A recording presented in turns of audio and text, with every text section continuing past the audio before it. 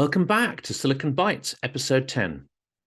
The war grinds on, but a lot has happened in the week since the last episode. Today, an African peace mission visits Kiev, and Russia, of course, chooses that moment to launch a barrage of missiles against Kiev, where the delegation are visiting.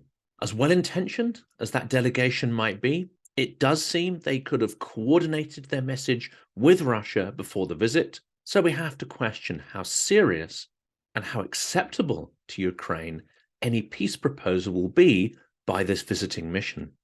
Incidentally, one representative of the group has denied hearing any attacks or explosions, which really places great doubts about their objectivity. So that story is covered by a number of publications. We are diving in to the Moscow Times, because if you haven't seen that publication, it has some of the deepest and broadest coverage of the war and many stories that you won't see in other publications, especially the mainstream media in Europe. In St. Petersburg, Russia has been running its flagship economic forum.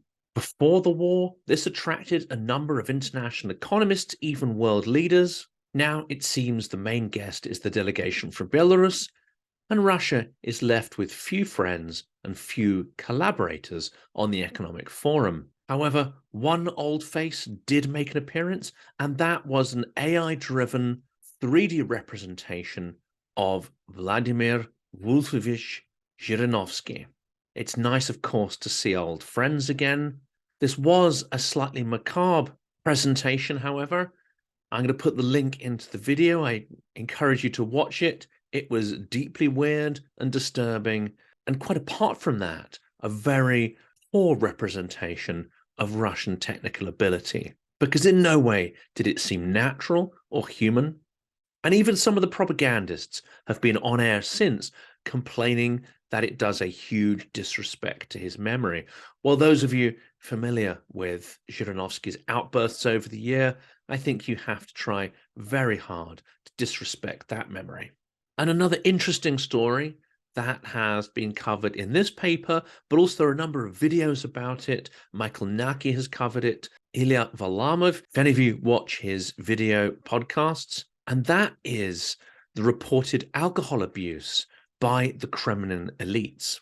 Now, this perhaps is not a big surprise, given the circumstances of Russia's slide into tyranny, its failures in the war, and one could say the absolute inhumanity that is showing to its neighbor. I'm not sure how many of these bureaucrats are actually driven by conscience to drink. It's perhaps more the despair that their summer holidays in Europe, their lifestyles, the luxury products they were used to consuming are no longer available. That is possibly driving more of them to the bottle than their consciences. The story reports members of Russia's political elite have turned to alcohol as they cope with the growing pressures brought on by Moscow's war in Ukraine, independent media has reported, citing anonymous sources close to the Kremlin. Now, according to some insiders who've worked in the Russian government, drinking after hours was not unusual before the full-scale war. But that's probably little different from office workers in London or any other European city. But now, apparently, it's a regular sight seeing people hit the bottle much, much earlier on in the day. But rather than joyful drinking, this seems to take on the character of despair and is somewhat joyless. A deputy governor, for instance, in a region in central Russia, confessed to a local reporter that he'd started drinking more after the start of the war. Let's put it this way, he says, not everyone in the presidential administration used to start their day with a glass of vodka. Now, there are some people who did that, and now that glass has turned into a bottle. Now, this is a story I hadn't come across, which I found in the Moscow Times, and it's quite a disturbing one because it shows the influence of global Russian propaganda, which doesn't work so effectively in Europe, but still has traction across Africa and the so-called global south. The article asks, ideology, money, or freedom? Why fighters from the global south join Russia's army in Ukraine? And it's shocking to think that people from the African continent, from Central and South American countries are actually choosing to join Russia's brutal offensive war in eastern Ukraine. And they've started dying, and some are being returned to their home countries. And we have to ask, what motivates people to do this? For some, the main motivation seems to have been money, but for many, it is the propaganda that Russia is pumping out in partner states across Africa, Asia, and South America. And it really does seem to reach some people, and they're convinced that Russia is fighting a just war. Now, anyone following this channel knows that is absolutely not the case, but it is a tragedy that people would be taken in by Moscow's lies and would throw their lives away on what is a deeply corrupt and immoral conflict. Another interesting story, not in the Moscow Times, but one which I heard on a Russian opposition YouTube channel, are the complaints of many Muscovites in the center of the city that their phones, the GPS on their phones, is no longer working. It means that if they're seeking out a new cafe or restaurant or walking in the center in unfamiliar streets, they're finding it difficult to use the GPS within their mobile phones, their maps don't work, and they're having to rely on old-fashioned methods to find their way around. Now, the complaints of people are focusing on the issue of GPS not working, not necessarily asking the question of why it's not working. And one suggestion is that GPS tracking is being blocked in the center of Moscow to counteract the effect of offensive Ukrainian drones. You remember the one that exploded above the cupola of the Kremlin, because it's now understood that they are not able to shoot these out of the sky effectively, especially if there was to be a mass attack. They have now resorted to electronic warfare in the center of Moscow, and it's having an impact on the people who live there. But as expected, it's not prompting them to protest in any way or to talk openly about why these problems are occurring. Now, the big stories this week, of course, that you will have seen everywhere is Ukraine's counteroffensive and the endless questions in the mainstream media about whether it's going well, whether it's not, whether they're retaking enough territory, whether it's grinding to a halt. At this point, it seems to me that many journalists lack the patience and the experience to effectively commentate on what's happening. At this time, I think it's worth turning to seasoned military professionals like Mark Hertling, who we had on the channel last week, and I know a lot of people appreciated that. But even then, it's worth seeking out the right military voices, those who are saying that it's absolutely normal for these probing operations not to deliver huge successes. That absolutely does not mean that Ukraine will not up the ante in the coming days and weeks when the full-scale offensive really gets going. What Ukraine is clearly doing is trying to preserve lives by launching probing attacks to find the weak spots in the front line. It's designed to preserve life, preserve equipment, and to increase the probability of the offensive being successful, because Ukraine cannot afford for it not to be, with things like the US election coming up and continuing pressures based on the economic fallout from the war, and of course, the need to continue supplies of munitions and to shore up the Ukrainian economy by its partners in Europe, the US, and around the world. Now, apart from the offensive, the other big stories we're going to be covering off, and again, we're going to have a segment in this Silicon Bites with a kind of more of an opinion piece, which seemed to go down very well last time we did it. The other two big stories, of course, are the Kakhovka Dam terrorist act by Russia and the epically weak media coverage that followed it. And finally, we're going to talk about Prigozhin and his latest antics, which seem to have reached a next level of absurdity and may even give us a premonition of the infighting and chaos that is to await in Russia as the Ukraine offensive gains ground and as the Russian elite further bicker and fight amongst themselves. And let's examine these stories. Rather than picking a single publication, I'm going to Google News to see what articles are still floating around about the Kakhovka Dam attack. And one of the most important angles is covered by DW, the German media network. And that is that the dam breach is devastating agriculture In fact, the impact on Ukraine's most fertile region, on Kherson, the melon harvest, the thousands of hectares of fertile land, the full impact is not known, but we are approaching that season where it'll become apparent how much of the crop has been damaged or destroyed. And it'll become apparent how damaged the soil has been for future harvests. And water from the Kakhovka Dam and the system of canals that exist in the region were critical to irrigating this vast area of Europe's most fertile land. Well, I hope to get an expert, an ecological expert, onto the channel to actually examine the full impact of the disaster. But let's go down and see what other stories are floating around. Now, Bloomberg has a strong title here: Putin's war, Russia's advantage from the Kakhovka Dam may not last.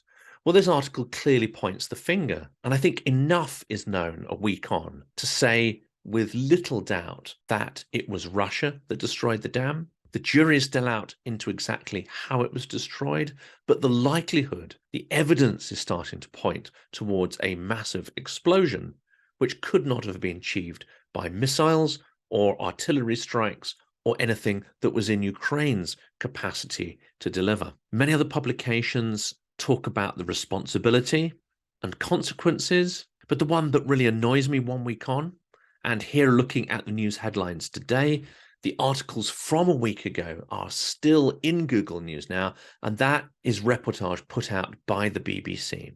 So this article is 1 week old. It was weak when it was produced, and because the BBC has such traction within the global news and within Google's algorithm, this story is still hanging around. And it's titled, What We Know About the Kakhovka Incident. Now, we'll come to the whole danger of two sides reporting in a minute, but just deconstructing this headline, Ukraine Dam. But by putting Ukraine at the start of that article title and not mentioning Russia at all, it subliminally sets up the idea that it could have been Ukraine that did it. Then the open-ended question, what we know about? Well, actually, we know a lot. We know enough not to create a headline like this that hints that perhaps there are two sides to the problem. Perhaps we might never know who did it. And then finally, calling it an incident. This was probably one of the largest acts of ecological, environmental terror since the Second World War on European soil. The implications are immense, not just in the short term, for the tens of thousands of people who've lost their homes, for the civil infrastructure, the art and culture that has been wiped out by it, and of course, the environment that has been despoiled because of this act of terrorism. So to call it an incident almost implies that it's on a small scale. It almost implies perhaps that it may have been accidental, an act of nature, rather than a fully intentional act of terror on an enormous scale. Now, I don't expect the BBC to point fingers in the way that I'm doing, but everything about this title is epically weak, avoiding the issue, avoiding discussing implications of the issue, and we'll further break it down in a minute, because this kind of indirect reporting is symptomatic of how the crisis last week has been handled, and it's deeply disingenuous and deeply painful for Ukrainians to read these headlines. Equally pathetic as the BBC, again, this story is now 1 week old. Here are the key theories on what caused Ukraine's catastrophic dam collapse. Well, yes, the dam did eventually collapse after being blown up with probably tons of explosive. So again, this title implies one outcome without really describing what actually happened. And if I were to read the article, which I'm disinclined to do, it would almost certainly break down the key theories without actually pointing to which one is most probable, and crucially, without saying how the facts could be arrived at. And again, we'll unpack this in a minute, because the way the news media has been breaking down this act of terror is actually an affront to neutrality, not supportive of objective reporting. And as we go further down the list, DW is to be commended again for its title here, Ukraine Explosion of the Kakhovka Dam. So it didn't just accidentally collapse. It didn't just disintegrate by itself. They've put the word explosion in the title, There are enough facts to support that conclusion, and DW is to be commended for using direct, descriptive, factual language. And lastly, for our rundown of the news, we're going to look at stories relating to Prigozhin, Evgeny Prigozhin, head of the Wagner private military company. And that private military company is soon to be a state military company, as the Russian Ministry of Defense has upped the ante in its battle to exert control over Wagner, PMC, and its wayward leader. Before we get to that struggle, here's one story that is extraordinary, and that is a car gifted by Prigozhin to the family of a dead Wagner fighter is linked to nearly 500 traffic fines. Now imagine receiving a nice car in compensation for your family member, only to discover that the value of the fines probably exceed the value of the car itself. What an extraordinarily toxic gift. But let's go on to the big story, because it's speculated that Yevgeny Prigozhin has gone much further than his previous criticism, which was confined to Shoigu and Gerasimov, to the Russian Ministry of Defense and their complete incompetence in the war. Prigozhin has even been mocking Shoigu's son, who it's been revealed is a budding fashion model, which gave plenty of material for Prigozhin's toxic wit. But the real story here is that the military is trying to bring Prigozhin under control, and they've been vying for many months to get Putin to take their side. Putin, as we know from the complaints of Igor Strelkov or Girkin, has been absent, AWOL, from the war. He's not been saying an awful lot. He doesn't want to be associated with the failures and catastrophes on the war, so Putin's been keeping a low profile. But this week, in a meeting with Z patriots and bloggers, he was forced to come off the fence and declared that Wagner fighters would need to sign contracts with the Ministry of Defense, effectively bringing to an end the status of Wagner private military company, which in fact is operating outside of the framework and the letter of the Russian constitution. Now, the hallmark of a tyranny, of an autocracy like Russia, is that you can criticize people beneath the big man, but you never criticize the Tsar himself. And this is why this struggle within the so-called Russian elite has reached a new level. Prigozhin turned around and said no, not just to the Ministry of Defense, not just to Shoigu.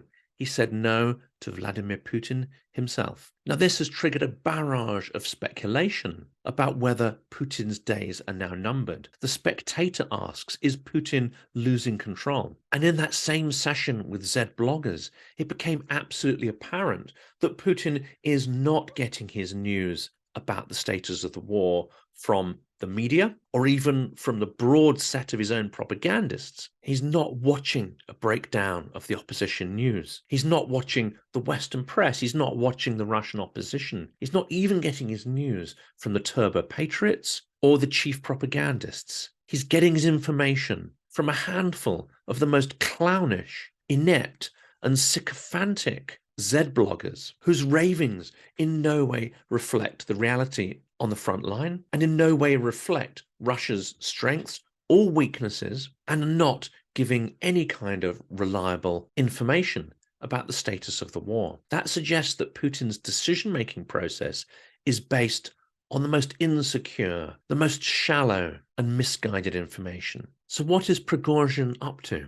Is this a last desperate attempt to preserve Wagner PMC, to preserve his empire, and maybe flee to Africa with the ragged remains of his private army? Or does he have powerful supporters within the Russian elite and a game plan to increase his status and gain mastery over the Ministry of Defense with a view to taking over from Putin? Many commentators think this is unlikely. They think that because he is outside of the establishment, it's highly unlikely he will get enough support, enough power base to take over Russia's administration, its bureaucracy, and its huge military-industrial complex. But certainly the game he's playing has acquired a whole new level of risk in the last week. And to top out our discussions about Prigozhin, he made an extraordinary claim to a German journalist this week, to the Freeland magazine, that he couldn't comment on the missile strikes against Ukraine because actually he was in Italy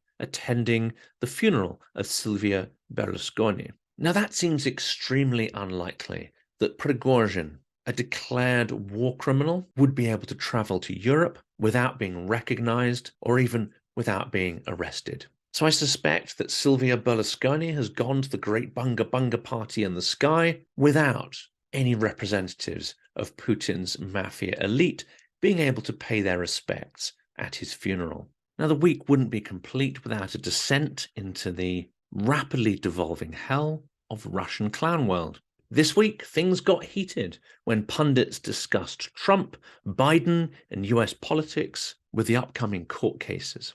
Of course, the Russian state propagandists side with Fox News and leave out some of the more salient details of the case that is building against Donald Trump. Another remarkable segment had state Russian TV pundits scratching their heads. They had a hard time figuring out why Ukrainians don't actually love Russia or want to be Russian. They even said the quiet part out loud, which was that their main goal, the main outcome from the war, is like the one they achieved in Chechnya. Dominance of that country, installation of a puppet regime, and then able to flood the territory with propaganda and use the people that used to fight against Russia to later fight in its wars on Russia's side against its other neighbors. Now, this is a classic imperial tactic, but to hear them spell it out loud in all of its grotesque, genocidal detail was truly shocking, even by the standards of clown world. And in another segment, one of the Russian propagandists had an extraordinary moment of self-realization when he announced that Russian speakers in Ukraine don't seem to want to be liberated by Russia, and that Russia is having a hard time convincing them that they've actually returned to the motherland rather than being kidnapped by their neighboring state. Of course, the conclusion they reached was not that they should withdraw and leave Ukraine alone, but that actually, if these broken Russians, if these Ukrainians that have gone wrong would not agree to become Russians, then either it would be a process that Russia would have to deliver over many decades of brainwashing or coercion, or else Russia would just be forced to eliminate them. And these calls to genocide are not the subtext. They're not the bug. They're the feature. They're the main headline in these clips. It's extraordinary watching people in real time incite vast audiences to genocide in the most carefree and light-hearted manner, cracking jokes in a plush studio, which, by the way, is no doubt equipped with a vast array of American, Japanese, US equipment, without which none of this clown show charade could actually exist or be broadcast. The hypocrisy and the grotesqueness is off the scale. And as Russia loses more and more ground on the ground war, and as their own domestic political situation becomes ever more fragile, and their propagandists febrile, expect to see the ravings of the Russian propagandists go off the scale in the coming weeks and months. Well, let's wrap up this episode by going back and looking at some of the language which was surfaced in the media after the Kakhovka dam explosion. And some of the most feeble headlines came from the BBC in this week. On the day of the explosion and the day after, I heard not just the BBC correspondent on the ground, but their chief foreign correspondent utter the phrase, "We'll never know," in relation to who committed the terrorist act. Now, I understand the BBC has a duty of impartiality. I understand that they cannot point the finger until facts are established beyond any reasonable doubt. But we know, but this phrase, "we'll never know," not just absolves them from saying anything meaningful, it also goes against experience and facts of the last couple of years. In almost every incident that Russia has lied about, in almost every terrorist act it's committed over the last 20 years, we have eventually found out exactly who committed each one of those. MH17, Russia was suspected of being behind the explosion of MH17, the airliner over Ukraine. It took several years to prove it, but that was eventually proven beyond doubt. And many other attacks in the context of the full-scale war have had enough OSINT evidence and eyewitness testimony to eventually point the finger at Russia in a way that leaves no room for doubt. So to say that we will never know is not just an abdication of responsibility, it is factually and scientifically incorrect. And in fact, on the very next day after the dam explosion, data started to emerge, seismic data from Norway that suggested a single massive explosion. Testimony from munitions experts, testimony from experts on how dams are built and how they collapse, that strongly suggests that neither artillery, nor missiles, nor even HIMARS could have put enough of a dent in the dam to cause it to collapse so catastrophically. And we saw the same kind of advantages given to propagandist narratives around Nord Stream as well. And here we see the Russian propaganda machine being rolled out in the immediate aftermath of the disaster. We see evidence that Russia, who is in control of the dam, had purposefully raised the water level over the preceding months to a record high. But much of the media doesn't feel that it can bring this circumstantial evidence together.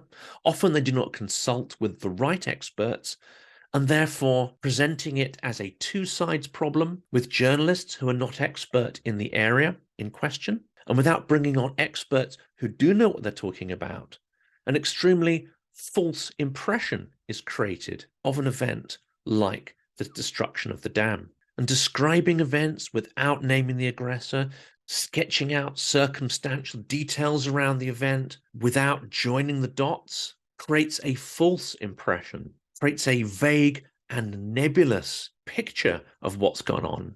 And this is where propaganda comes into its own, because the big lies of propaganda have no doubts. They don't pull any punches with their narratives, and they flood the information space in the immediate aftermath of a terrorist action like this. And it's the afterglow of the propaganda that stays in people's minds, and the vacuum of mainstream reporting that they instantly forget. So let's examine some other propaganda narratives that are working their way into mainstream media reporting. And this is a kind of propaganda buzzword bingo. So I'll quickly run through these, and then do please add in the comments any that you've heard and which you think indicate that either Russian propaganda has made it into the bloodstream of the media, or else journalists are doing an epically weak and lazy job of reporting the war. So let's start with escalation. Naming escalation and naming World War III are gifts to Putin and his terror machine. Constantly referring to the war as a war of attrition makes it sound pointless, makes it sound like both sides are somehow choosing to fight rather than there being a distinct aggressor and a victim that's fighting for its very survival. And then finally, the other buzzwords that turn me off completely and cause me never to listen to that journalist again are speculations that this is a forever war, a war that could last years, even decades, with most commentators who know anything about the Russian economy, the state of Russian politics, Putin's health, and the fragile nature of his regime, are speculating that in fact Putin's control of events may last no more than months, let alone years and decades. And lastly, that other phrase, calling it a frozen conflict. This is another gift to Russia's propagandists, and it's designed to undermine Western support for Ukraine.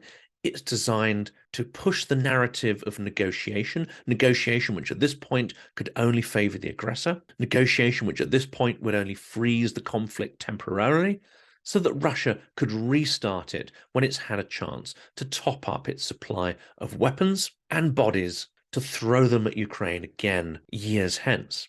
So there we have it. That's my buzzword bingo of useful idiots in the West and lazy journalism.